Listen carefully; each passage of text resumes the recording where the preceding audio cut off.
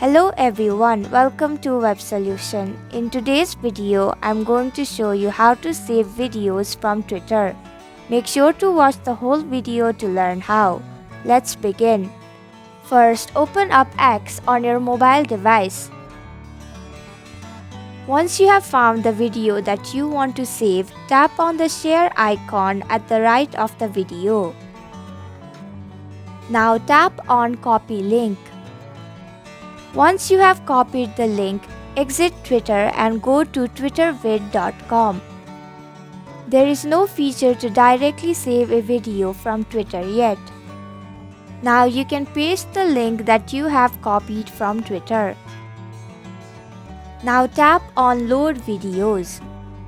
Now you can download the video from Twitter to your gallery by tapping on the download button. Tap on Open.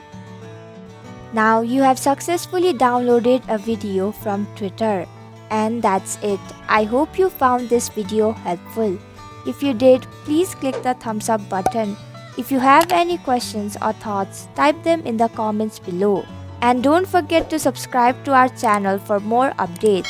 Click the bell icon too so you'll know when we post a new video. We'll be back with another video soon.